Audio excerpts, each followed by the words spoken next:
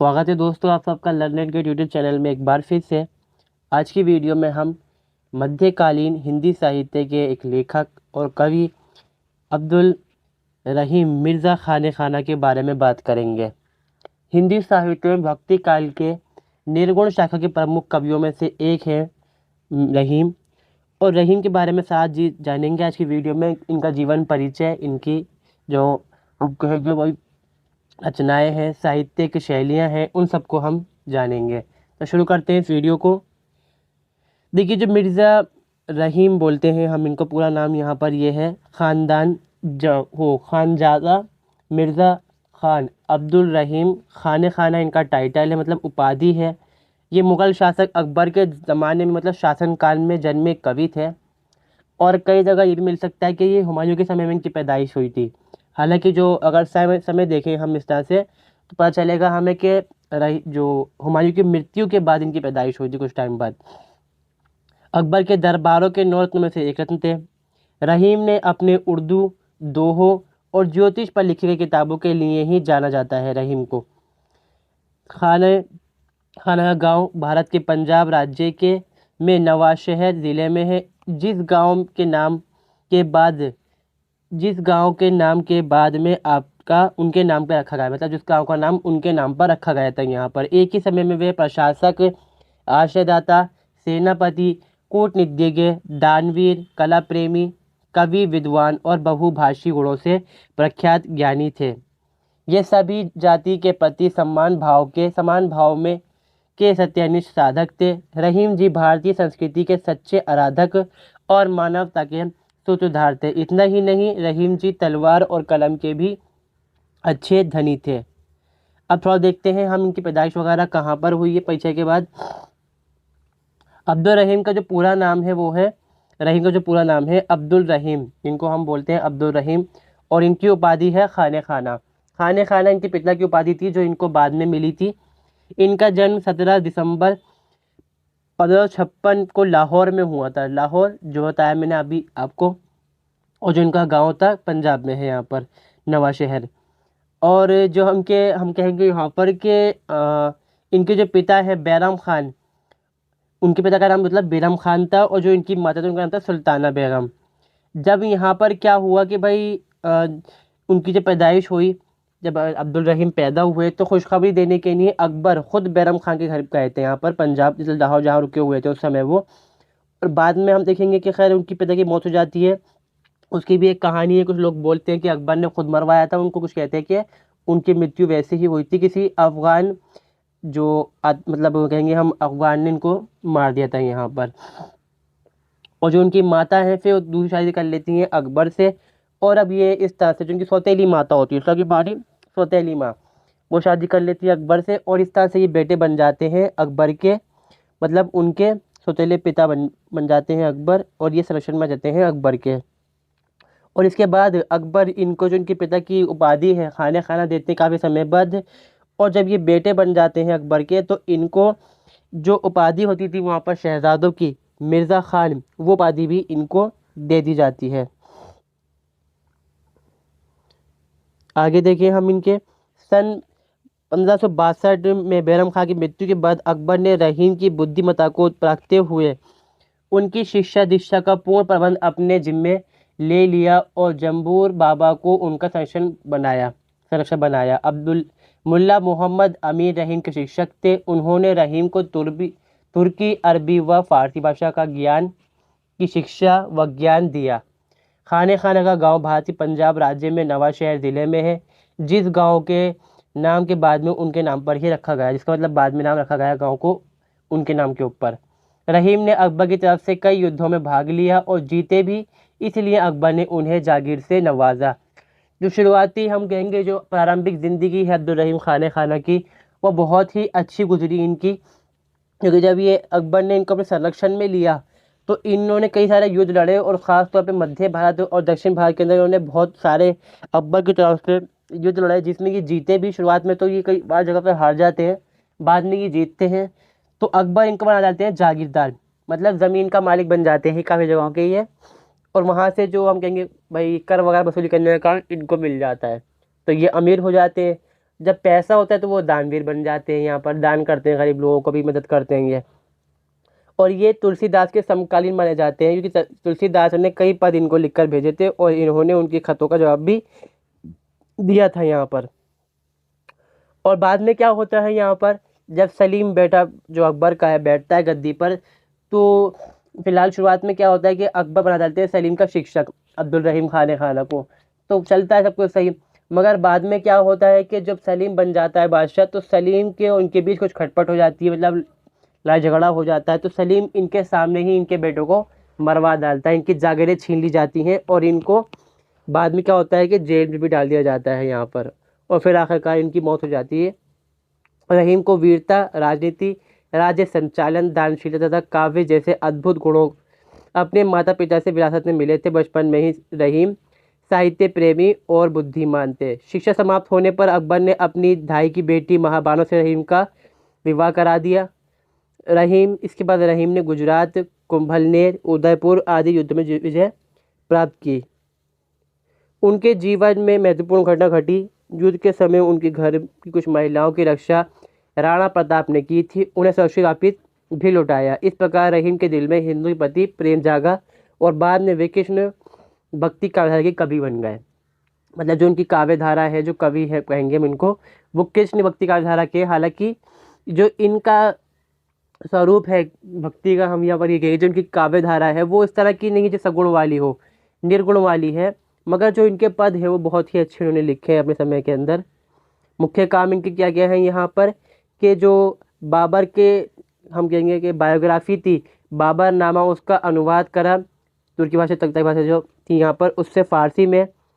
फिर रहीम पर संस्कृत की अच्छी पकड़ थी तो उन्होंने यहाँ पर दोहे भी लिखे संस्कृत में भी, शास्त्र लिखे, इसका नाम है केता कौतुकम, और दूसरा है दवा चित्रम दवाश्यम त्रिशदा योगावल्ली। इसके अलावा रहीम ने हिंदी में भी साहित्य रचना की है।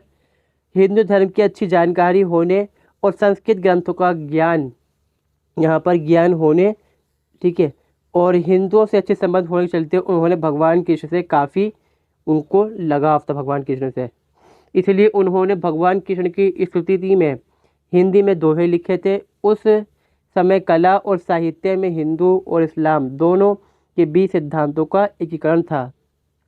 जैसे कि एक दोहा है इनका, जो गरीब सोहित करे धरी धनी रहीम वो लोग, कहाँ सुदामा बुपारे कृष्णा मिताई जोग। इसका मतलब यहाँ पर ये है कि जो लोग गरीबों का भला करते हैं वे असल में वही लोग धन्य हैं, मतलब अमीर लोग तो वही हैं।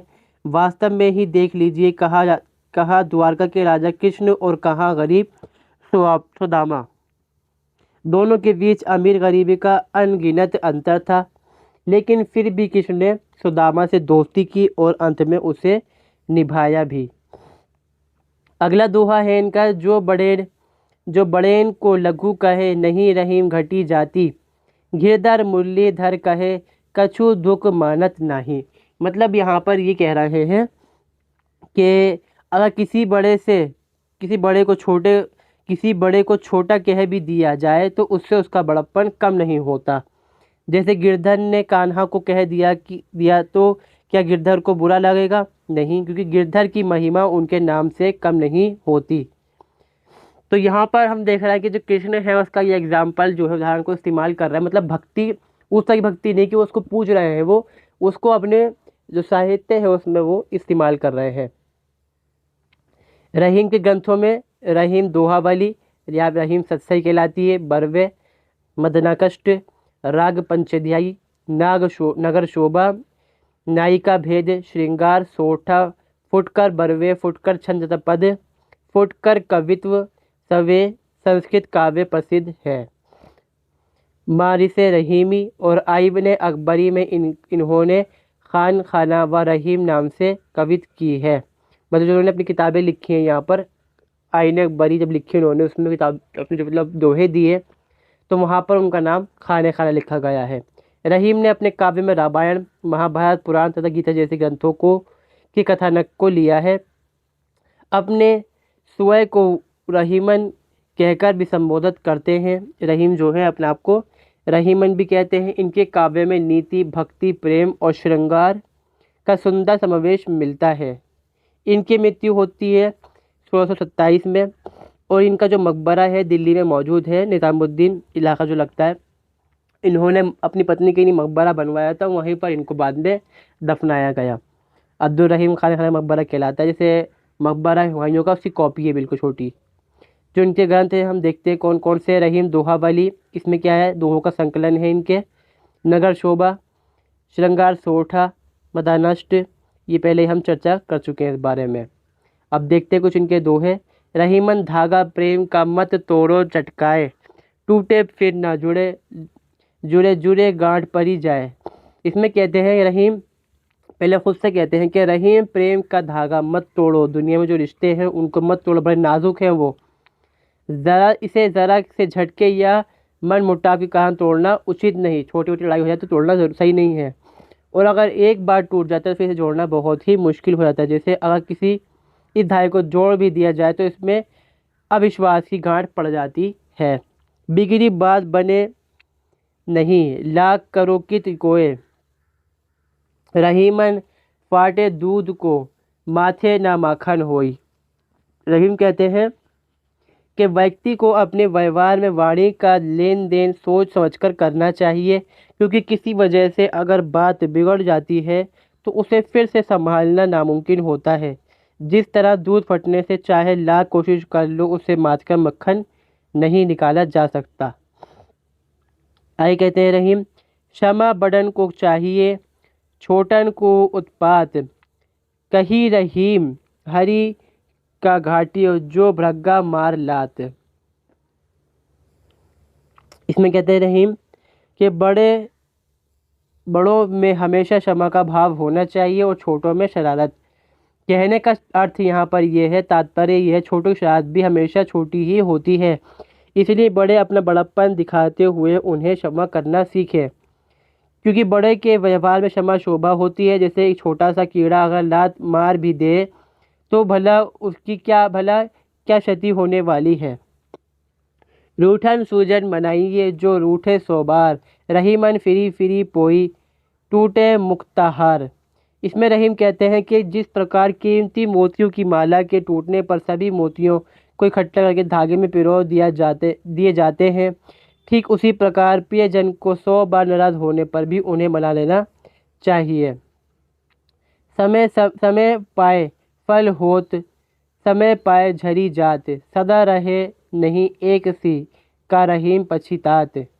इसमें रहीम कहते हैं कि फेरा कभी एक जैसा नहीं रहता, समय का जो फेरा है वो एक जैसा नहीं रहता। जिस तरह समय अनुसार पेड़ के फल झड़ जाते हैं और आते हैं, ठीक वैसे ही बुरी स्थिति में पछताने का कोई लाभ नहीं, क्योंकि ये स्थिति भी वक्त के साथ बदल जाएगी। आगे है रहीमन ओछो नरन सो, बैर भली न प्रीत, काटे चाटे स्वान के देव भांति विपरीत। इसमें क्या कहते हैं, बुरे और गिरे हुए मनुष्य के साथ ना तो अच्छी दोस्ती और ना ही दुश्मनी करनी चाहिए हमें, क्योंकि कुत्ते का काटना और चाटना दोनों ही घातक हैं। जैसे परे सो सही रहे, कही रहीम ये देह, धरती पर परत है शीत धाम ओ मोह। इसमें कहा रहीम ने, इस शरीर को सब कुछ सहने की आदत होनी चाहिए। जिस तरह धरती सर्दी, गर्मी और बारिश अपने ऊपर सब कुछ सहन करती है, ठीक उसी प्रकार इस शरीर को भी सुख दुख अच्छा बुरा सब कुछ धरती की तरह सहन करना आना चाहिए। तो यहाँ पर हमारी वीडियो होती है रहीम के बारे में पूरी।